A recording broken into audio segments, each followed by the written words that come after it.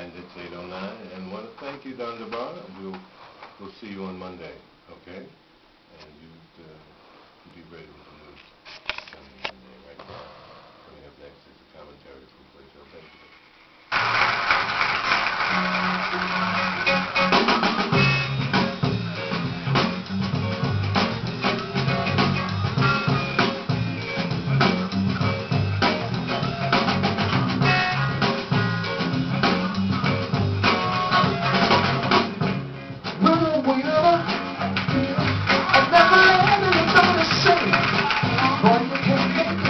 Some people know this in no way. No more tears to it now. And we have found it from our eyes. We're moving on up. Moving on up. Lord have mercy. Amazing grace. Barack Obama invents a new American politics. As Barack Obama strode on stage with the grace of a gazelle in the eye of a tiger to greet the screaming mass of humanity in Chicago's Grant Park after receiving word that he'd been elected President of the United States, I kept thinking of Rudolph Giuliani. I could still see the condescending sneer on his greasy pie face when he ridiculed Barack's services as a community organizer in his address to the Republican National Convention. A community organizer? What is that? He said, jibing and signifying. Well, goofball, now you know. Community organizers know how to organize communities from the ground up, educate them on the political realities they face, and mobilize them to act in their best interest. The testimony of community activists in Chicago who appeared in the CNN documentary on Barack tell the whole story about his approach to community organizing. They tell poignant tales about how Barack trained them to speak for themselves in the corridors of state power and private corporate suites. The tales they told was of a smart yet humble young man who learned about the deeds of the people he sought to serve in public office from the ground up by getting down there in the muck and the grind and struggling with them. In this sense, he was a fellow traveler of organizations like ACORN, whom the Republicans are attempting to demonize, even as they claim to care about the predicament of the nation's poor, a really shallow and transparent claim.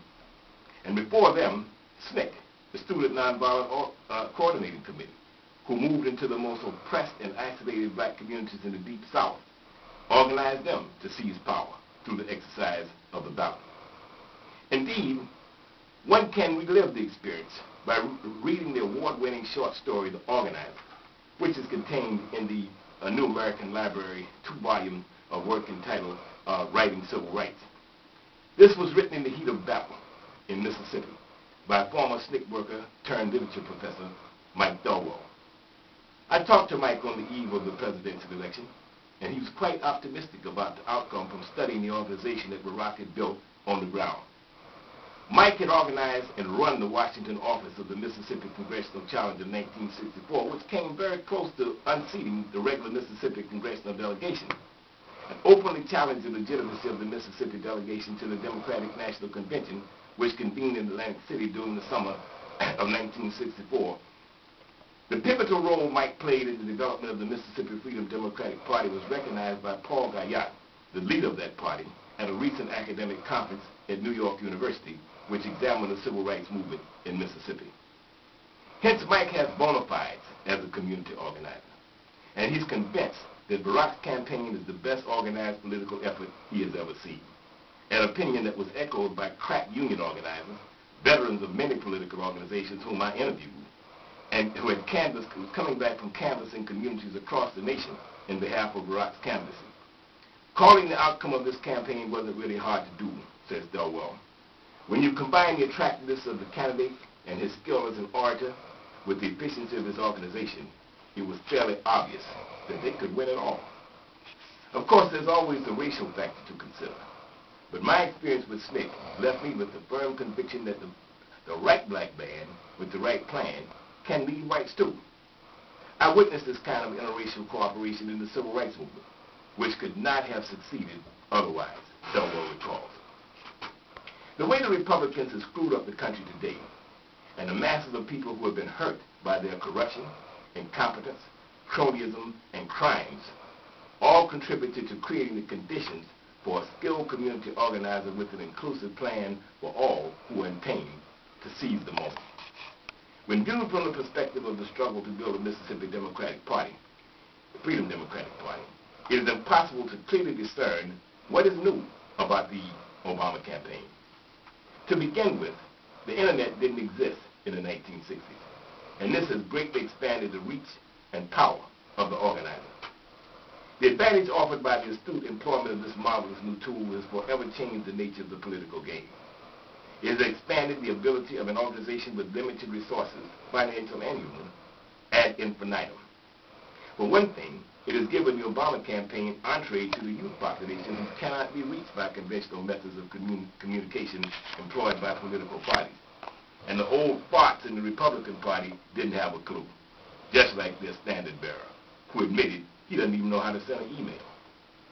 The internet also offers a very lucrative method of raising funds, as well as recruiting volunteers, which is the fuel that runs political campaigns regardless of ideology or objectives. The Obama campaign was the first to make full use of the fundraising capacity of the internet, and they have broken all previous records. They achieved this amazing feat not by employing rich fat cats who pay lip service to the letter of election laws, while violating the spirit of those laws with barely legal and morally questionable bundling donations from their affluent friends and business associates. Obviously, an elected official cannot be free of the influence of the special interests who provide this cash. That's the nature of the game. We see all that we need to know about the corrosive influence of special interest money and the corruption of the Bush administration, from Enron's role in shaping their energy policy to Halliburton's sweetheart deals with the Defense Department, which was headed by Dirty Dick Cheney, the former CEO of Halliburton. Having Dirty Dick in charge of the Defense Department, which lets hundreds of millions of dollars and no big contracts to Halliburton, is like placing the wolf in charge of the sheep. That's why the method of Obama's record-breaking fundraising is of critical importance. It was accomplished with individual donors whose contributions rarely exceeded $100. This amounts to the creation of a new, independent people's movement. It is the most impressive exercise in democracy that I have witnessed in nearly half a century of watching elections, because it leaves Barack beholden only to the American people, and that's the way it ought to be. Hence, the Obama campaign, through its use of the internet and its determination to take the high ground and dwell above the politics of personal destruction, has set a new standard of political morality and invented a new way to play the politic game that is at once effective, inspirational, and highly ethical. It is a true innovation and a critical area of American civilization that contributes to the expansion of democracy and enriches our civic life. This Chi-Town Powell is as impressive in his game as that other lanky b-ball player from Chicago that changed his game and won the admiration of the nation, Michael Jordan. Now, when kids are asked if they want to be like Mike, they can reply, hell no, I want to be like Barack. Fortunately, this game-changing innovation in American political life will not go unnoticed, as have so many other critical innovations that Afro-Americans have contributed to American civilization that has enriched the life of this nation. As early as 1933, Dr. William Edward Burghardt Du Bois, historian, sociologist, economist, poet, 20th century America's most learned and prophetic social critic, called our attention to black America's innovative role in enriching the national culture and advancing social relations in this nation. Yet, given the virulently racist climate of the times, those contributions were ignored by the white opinion makers who dominate the public discourse. Writing in an essay titled simply Black America, which was published in the famous anthology Negro, edited and published by Nancy Quinard, Dr. Du Bois observed that black Americans could no longer be regarded, quote, simply as a class of problems, but as persons who, because of their long connection with American life, are part and an important part of American civilization. Democracy in America, for instance, has been developed because of the pressure of slaves for freedom and recognition. The status of women has been changed greatly because the Negro woman was a working woman before she was a housewife, and her example in competition has spread among white working women. Education, particularly in the South, has become popular, and the public school is an accepted institution primarily because of the insistence of the Negroes on free education, end of quote. And after surveying the role of African labor in the building of America, Dr. Du Bois concluded, quote, when we have a greater respect for work, this too will be recognized as a great contribution. Beyond this, the Negro has helped in skilled work and invention, end of quote. Then the learned doctor turned his attention to the cultural sphere, possessing as he did a comprehensive knowledge of all aspects of our civilization. On the other hand, he observes, we are already beginning to see the beauty of Negro art in American literature, in music and dancing, and in such social ideals as goodwill and sacrifice. And he predicted, we shall come to see beauty in other lines to which the Negro has contributed. We can, therefore, well think of the Negro element in America as an integral part of American life, and as having made a permanent contribution to American civilization, end of quote. And no doubt that along with jazz, blues, peanut butter, visionary moral leaders, the gas mask and the stoplight, and converting basketball into a ballet for agile giants, a new way to play the political game will be added to black folks' gifts to America.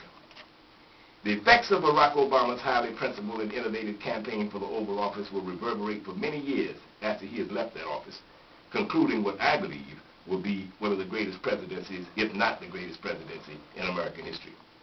Perhaps two New York Times columnists put it best. Nicholas Kristof tells us that his 11-year-old daughter is so inspired by her work on Obama's campaign that she has decided she wants to become a community organizer when she grows up. And the ever insightful and amusing Maureen Dowd, who won a Pulitzer Prize for distinguished commentary and grew up in Washington, offers this vision of the significance of Barack Obama's victory. Quote, there have been many awful mistakes made in this country, but now we have another chance. As we start fresh with a constitutional law professor and senator from the land of Lincoln, the Lincoln Memorial might be getting its gleam back.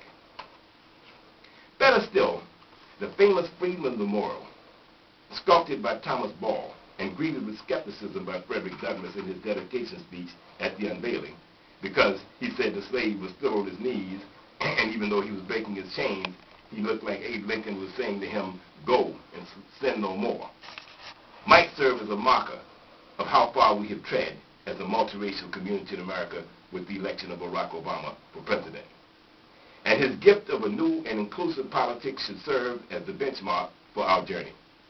The simple truth is that Barack Obama's election has converted America's claim as a land of freedom and equal opportunity that can serve as a beacon for oppressed people around the world into something more than the, quote, brass-fronted impudence and hollow mockery that Douglass aptly labeled it in his famous 4th of July speech to his fellow white Americans a century and a half ago.